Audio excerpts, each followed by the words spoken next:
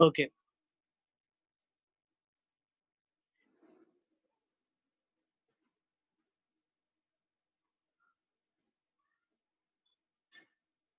The never nest. We are able to see the lesson, the never nest here. Now, as I've explained you, what does this lesson, the never nest mean? Unless you pay your installments, unless you clear your installments, that house is not going to be yours. Characters: Jack, Jill, his wife, nurse, and Aunt Jane. The characters in this lesson are Jack, Jill. Jill evaru? Wife of Jack is Jill, his wife, and nurse and Aunt Jane. Now, ఇక్కడ చిన్నప్పటి నుంచి కూడా మనం చూసాం, Jack and జిల్ went up the hill అని చెప్పేసి చిన్నప్పుడు రైమ్ చూసాం. ఇక చిన్నప్పటి నుంచి కూడా మనం చదువుకుంటూ వచ్చినాం. ఇక జాక్ అండ్ జిల్ went up the hill to fetch a fail of water, Jack fell down అని చెప్పేసి. ఎప్పుడైతే ఫైనాన్షియల్వి మ్యాటర్స్ అనేటువంటివి సరిగ్గా డీల్ చేయనప్పుడు ఇక క్రింద పడిపోతాము అని చెప్పేసి చిన్నప్పటి రైమ్స్ నుంచి మనం నేర్చుకుంటూ వచ్చినాం. ఓకే. నా Jack and Jill, his wife Jill ఏమో మన జాక్ వాళ్ళ వైఫ్ పేరు జిల్. బిందు, ఎనీ డౌట్ అమ్మా? No, sir. నీ ఆడియో ఆన్ అయింది. No, sir. మ్యూట్ చేయమ్మా. Okay, right. నా Jill is his wife. Nurse అంటే ఇక్కడ సర్వెంట్. నర్స్ అంటే ఎవరు? ఒక సర్వెంట్ అన్నమాట. ఓకే, ఆయా అంటాం కదా మనము, వాళ్ళని nurse. And aunt Jane, these are the characters in the lesson. Now scene, as soon as the curtain raises, curtain తెరిచిన వెంటనే we find the following things on the stage. The launch of Jack and Jill's villa at New Hampstead. The essential furniture consists of table on which are writing materials and two chairs. As the curtain raises, the lounge is empty, but Jack and Jill come immediately, followed by Aunt Jane. Scene, curtain తెరిచిన వెంటనే you find the lounge. Lounge అంటే outer portion, where you sit idle, ఖాళీగా కూర్చొని news paper లాంటివి చదువుకునేటువంటి ఆ ప్రాంతాన్ని lounge అని అంట. పెద్ద పెద్ద వాళ్ళ ఇళ్ళలు ఉంటాయి ఇవి, lounge. Okay, a place where you sit idle, read news paper or talk by having tea or coffee, that is what is called this lounge. The lounge of Jack and Jill's villa.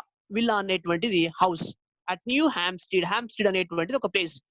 Okay, new హ్యామ్స్టీడ్ లో వాళ్ళు కొత్త villa తీసుకున్నారు, కొత్త independent house తీసుకున్నారు. Okay, అక్కడ మనకు వాళ్ళ యొక్క లాంజ్ అనేటువంటిది అక్కడ కనిపిస్తూ ఉంటుంది. ద ఎసెన్షియల్ ఫర్నిచర్, మనకు కనిపించేటువంటి ఫర్నిచర్ ఏంటిది అని అంటే, consist of a table on which are writing materials and two chairs.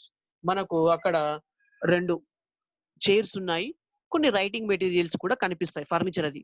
As the curtain rises, the lounge is empty. Curtain పైకి తెరిచిన వెంటనే ఆ లాంజ్ అంతా కూడా, ఆ సిట్టింగ్ రూమ్ అంతా కూడా ఎంప్టీగా ఉంది, అక్కడ ఎవరు కూడా లేరు కర్టెన్ తెరిచిన వెంటనే. But Jack and Jill come immediately followed by aunt Jane.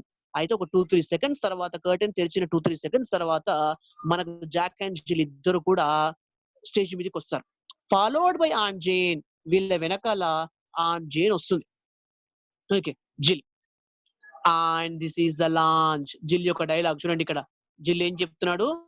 And this is the lounge, ఇది లాంచ్ అని చెప్పేసి చూపిస్తున్నాడు. ఓకే, మన స్కూల్ కి ఎవరైనా గెస్ట్ వచ్చింది అనుకోండి, మన ప్రిన్సిపాల్ సార్ అన్ని క్లాసెస్ చెప్తూ ఉంటాడు, చూపిస్తాడు. సార్ ఇది ఆఫీస్ రూమ్, ఇది నర్సరీ క్లాస్, ఓకే, ఇది 6th క్లాస్, ఇది 10th క్లాస్ అని చెప్పేసి. అట్లాగే జిల్ వాళ్ళు ఒక కొత్త ఇల్లును కట్టుకున్నారు, కొత్త ఇల్లును కొనుక్కున్నారు. ఆన్ జేన్ వాళ్ళ ఇంటికి వచ్చింది కాబట్టి ఆన్ జేన్ కి ఆ ఇల్లు అంతా కూడా చూపించుకుంటూ వచ్చినారు. ఓకే, ఇది వెయిటింగ్ హాల్, ఇది టీవీ రూమ్, ఇది బెడ్రూమ్, ఇది బాత్రూమ్ అని చెప్పేసి అన్ని కూడా చూయించుకుంటూ చివరికి ఎక్కడికి వచ్చినారు అని అంటే లాంజ్ కి వచ్చారు. And this is the lounge అని చెప్పేసి చెప్పారు.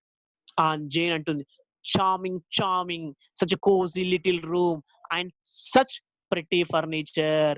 చార్మింగ్ అంటే beautiful. Aunt Jane oh beautiful అని మెచ్చుకుంది.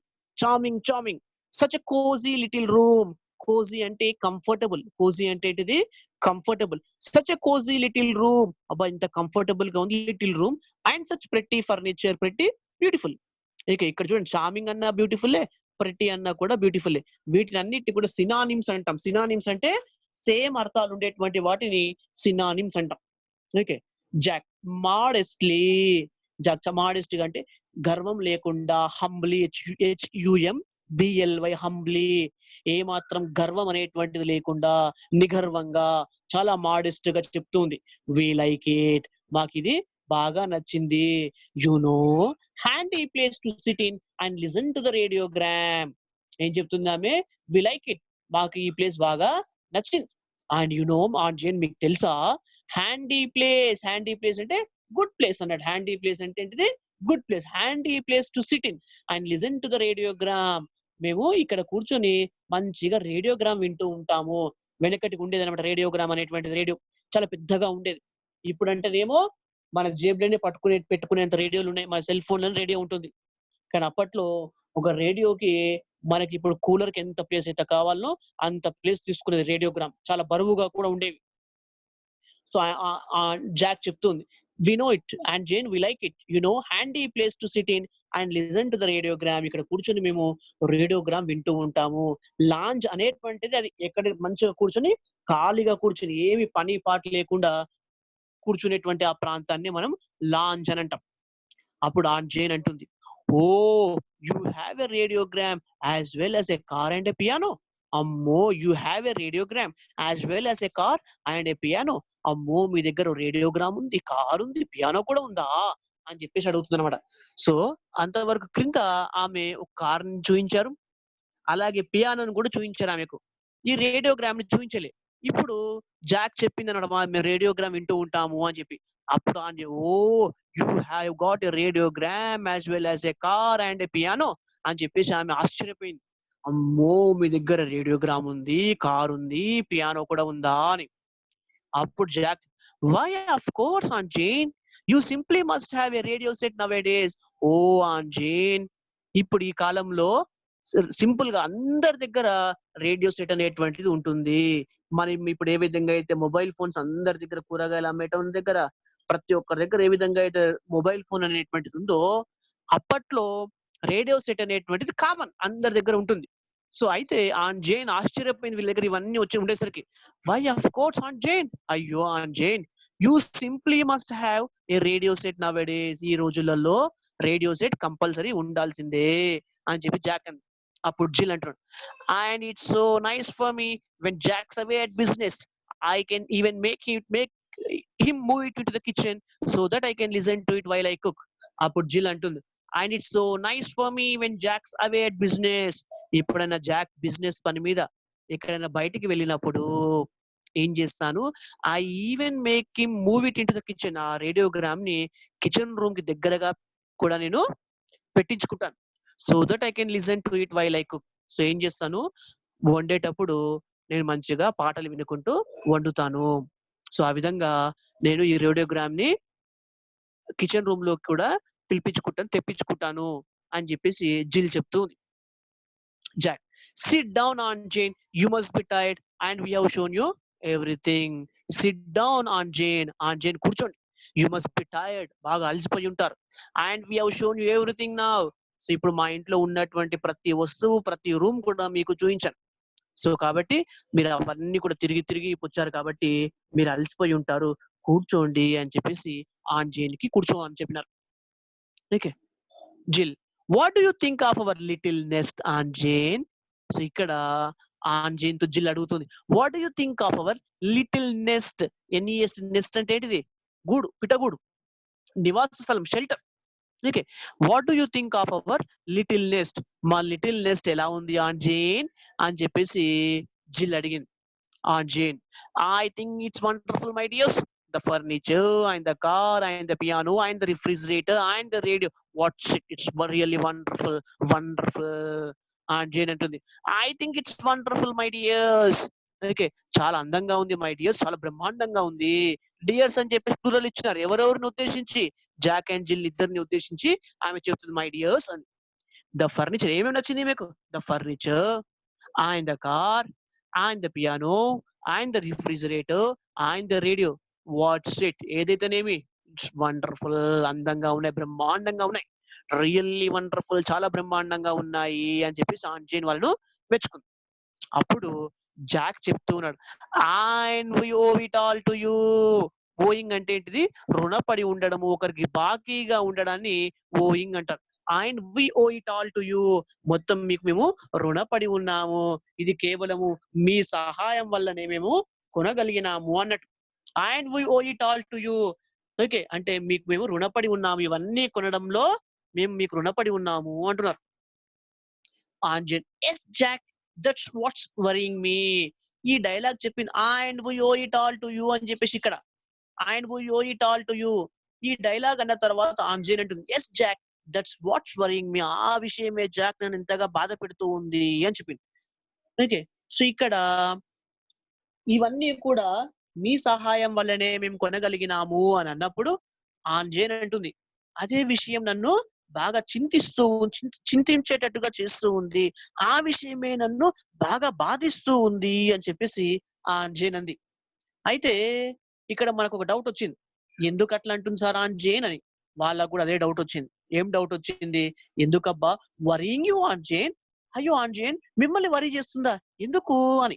ఓకే, మీరు హ్యాపీగా ఉండాలి కదా, మీవన్నీ కూడా మీ సహాయంతో మేము కొనగలిగినాము అన్నప్పుడు మీరు హ్యాపీగా ఫీల్ కావాలి కదా, మేము మీకు రుణపడి ఉన్నాము అంటే మీరు హ్యాపీగా ఫీల్ కావాలి కదా, ఎందుకు వరి అవుతున్నారు అంటే అప్పుడు చెప్తున్నాను జేన్, ఎస్, ఎందుకు వరి అవుతున్నానంటే yes, that check I gave you for your wedding present, it was only 200 pounds wasn't it, I didn't put 2000 by mistake. ఏం ఎందుకు వరి అవుతుందా జేన్ అంటే ఇక్కడ ఏం చెప్తున్నారంటే, that check I gave you, okay, that check I gave you, it was only 200 pounds wasn't it, I didn't put 2000 by mistake. నేను మీ పెళ్ళప్పుడు ఒక చెక్ ఇచ్చిన, ఒక వెడ్డింగ్ గిఫ్ట్ ఇచ్చిన, ప్రెసెంట్ ఇచ్చిన, ఆ చెక్ ఏంటిది 200 pounds కే కదా నేను ఇచ్చింది, బై మిస్టేక్ పొరపాటున ఇంకొక సున్నా పెట్టేసి, ఓకే, 2000 pounds అని రాయలేదు కదా అని చెప్పేసి ఆమె అంటుంది అనమాట. ఆమె వరి అంతా ఏంటిది అని అంటే, వీళ్ళు అన్ని వస్తువులు ఆమె సహాయంతోటే కొన్నాను అని చెప్తూ ఉన్నప్పుడు ఆమె ఎందుకు బాధపడుతూ ఉందంటే, ఇన్ని వస్తువులు నేనిచ్చినటువంటి డబ్బులతో కొనలేరు, నేను 200 pounds మట్టుకే ఇచ్చాను వీళ్ళకు. ఓకే, ఇన్ని వస్తువులు కొన్నారంటే బహుశా నేను 200కి బదులుగా 2000 pounds అని రాసానా ఏంటి చెక్ మీద అని చెప్పేసి బాధపడుతూ ఉంది. సో అదే విషయాన్ని వాళ్ళని క్లారిఫికేషన్ అడుగుతుంది. Okay, that check I gave you for your wedding present, it was only 200 pounds wasn't it, I didn't put 2000 by mistake, by mistake నేను 2000 pounds అని ఏమి రాయలేదు కదా అని చెప్పేసి అంది. Why no aunt Jane, what on earth made you think that, why no aunt Jane, లేదు లేదు aunt Jane, what on earth అనేటువంటిది ఒక ఇడియం అన్నమాట. ఓకే, ఎవరైనా సర్ప్రైజ్ అయినప్పుడు, ఎవరైనా బాగా ఆశ్చర్యపోయినప్పుడు వాట్ ఆన్ ఎర్త్ అనేటువంటి ఈ ఫ్రేజ్ ని మనం ఉపయోగించవచ్చు అనమాట. Okay, what on earth made you think that, అలా ఎందుకు అనుకుంటున్నారు ఆన్ జేన్, మీరు 200 pounds ఇచ్చారు అని చెప్పినాడు. అప్పుడు ఆన్ జేన్ రిలీవ్ అయింది. అమ్మయ్య, రిలీవ్డ్ అంటే ఏంటిది, అమ్మయ్య అని ఫీల్ కావడం. Aunt Jane relieved, well that's all right, అమ్మయ్య అట్లయితే okay, but I still don't all together understand, this house it's very lovely, but doesn't it cost a great deal for rent. So అప్పుడు aunt Jane అంటుంది, well fine, ఈమె హ్యాపీగా feel అయింది. ఇప్పుడు ఎందుకు, ఆమె ఇచ్చినటువంటిది 200 pounds, 2000 కాదు అని చెప్పేసి వాళ్ళు ఆమె డౌట్ ని క్లియర్ చేసేసిండ్రు. ఇంకా అడుగుతుంది, but I still don't all together understand, నాకు ఇప్పటికీ అర్థం కానటువంటి విషయం ఏమిటంటే, దిస్ హౌస్, ఈ ఇల్లు, ఇట్స్ వెరీ లవ్లీ, చాలా అందంగా ఉంది, but doesn't it cost a great deal for rent. So ఆమె ఇప్పటికీ కూడా ఏమనుకుంటుందంటే, ఆ ఇల్లు రెంట్ హౌస్ ఏమో అని అనుకుంటుంది. ఇంత పెద్ద ఇల్లు రెంట్ ఎక్కువగా అవ్వట్లేదా మీకు అని చెప్పేసి, ఎక్కువగా పే చేయట్లేదు రెంట్ అని చెప్పేసి అడిగింది. అప్పుడు Jack, rent, oh no, we don't pay rent. Jack rent, అయ్యో ఆంట్ జేన్ రెంటా, we oh no we don't pay rent, లేదు లేదు మేము రెంట్ పే చేయము అన్నాడు. జాక్ ఆంట్ జేన్ అంటుంది, but Jack, if you don't pay rent you will get turned out into street. అప్పుడు aunt Jane, ఏ Jack, rent pay చేయకపోతే you will get turned out into the street, అంటే వీధిలోకి నిన్ను తరిమేస్తారు. And that would never do. ఆ పని ఎప్పటికి కూడా చేయొద్దు. ఏ పని ఎప్పటికి చేయొద్దు? రెంట్ ఎగ్గొట్టడం అనేటువంటి పని ఎప్పటికీ చెక్. యూ హ్యావ్ జిల్ and the baby to think of now. You know, ఇంతకు మునుపు అంటే నువ్వు ఒక్కడివే కాబట్టి నేను కూడా బయటకు ఉండటోనివి. బట్ ఇప్పుడు యూ హ్యావ్ జిల్, పెళ్ళయింది, నీకు జిల్ ఉంది, నీ భార్య ఉంది, అండ్ ద బేబీ, ఇప్పుడు బేబీ కూడా పుట్టింది. And to think of now, so నువ్వు ఇప్పుడు జిల్ గురించి ఆలోచించాలి, బేబీ గురించి కూడా ఆలోచించాలి. సో కాబట్టి అలాంటి రెంట్ పే చేయకపోవడము అనేటువంటి విషయాలు పక్కకు పెట్టి ప్రతి నెల రెంట్ పే చెయ్యి అని సలహా ఇచ్చింది. అప్పుడు జాక్ చెప్తున్నాడు, no no aunt Jane, you misunderstood me. No no aunt Jane, you misunderstood. అయ్యో ఆంజేన్, మీరు తప్పుగా అర్థం చేసుకుంటున్నారు. We don't pay rent because the house is ours. అప్పుడు ఏమంది aunt Jane, we don't pay rent. Okay, మేము రెంట్ పే చేయము. ఎందుకొరకంటే ఆంజేన్, ఈ ఇల్లు రెంట్ హౌస్ కాదు. We don't pay rent because the house is ours. ఈ ఇల్లు మాదే అని చెప్పినాడు. అప్పుడు ఆంజేన్ చూడండి ఎట్లా ఇచ్చినారో, ఇక్కడ క్యాపిటల్ లెటర్స్ లో ఇచ్చినారు. యువర్స్ అని చెప్పేసి ఆంజేన్ ఆశ్చర్యపోయింది. యువర్స్ మీదా అని చెప్పేసి. దీని తర్వాత అది మనము నెక్స్ట్ సెషన్ లో చూద్దాం. Okay, will see the remaining in the next session. ఎందుకొరకంటే వి హావ్ లెస్ టైం, మనకి ఇంట్రడక్షన్ కి ఎక్కువ సమయం అయింది. నౌ అక్కడ లాస్ట్ లైన్ మనం అబ్జర్వ్ చేసినట్టయితే యువర్స్ అని చెప్పేసి మనకు ఆశ్చర్యపోయింది. ఓకే, ఎందుకు ఇప్పుడు యువర్స్ అనేటువంటి మన క్లాస్ రూమ్ లో చెప్పుకున్నప్పుడైతే మన ఎక్స్ప్రెషన్స్ మనం గట్టిగా ఇవ్వచ్చు. కానీ ఇక్కడ ఎట్లా ఉందంటే యువర్స్ అని చెప్పేసి కన్నా పెద్దగా చేసింది ఆమె. ఆశ్చర్యపోయింది. ఇంత తక్కువ సమయంలో అంత పెద్ద ఇంటిని ఏ విధంగా కొనుక్కున్నారు వీళ్ళు అని చెప్పేసి ఆమె ఆశ్చర్యపోయింది అనమాట. ఓకే, సో ఈ విధంగా ఆమె ఆశ్చర్యపోయింది. ఆ తర్వాత ఆమె ఏమేమి అడుగుతుంది ఏంటిది, మనం ఇంతకుముందు చెప్పుకున్నట్లుగా ఇన్‌స్టాల్‌మెంట్స్ కు సంబంధించినటువంటి విషయాలను, ఆ ఇల్లు ఏ విధంగా వాళ్ళ సొంతమైంది, ఏంటిది అనేటువంటి విషయాలను అన్నిటిని కూడా మనకు వాళ్ళు చెప్తూ ఉంటారు. ఆమెకి ఏమైనా డౌట్స్ ఉంటే కూడా ఆమె అడుగుతుందన్నమాట. ఇప్పుడు మీకేమైనా డౌట్స్ ఉంటే నన్ను అడగండి. We have another 5 minutes time.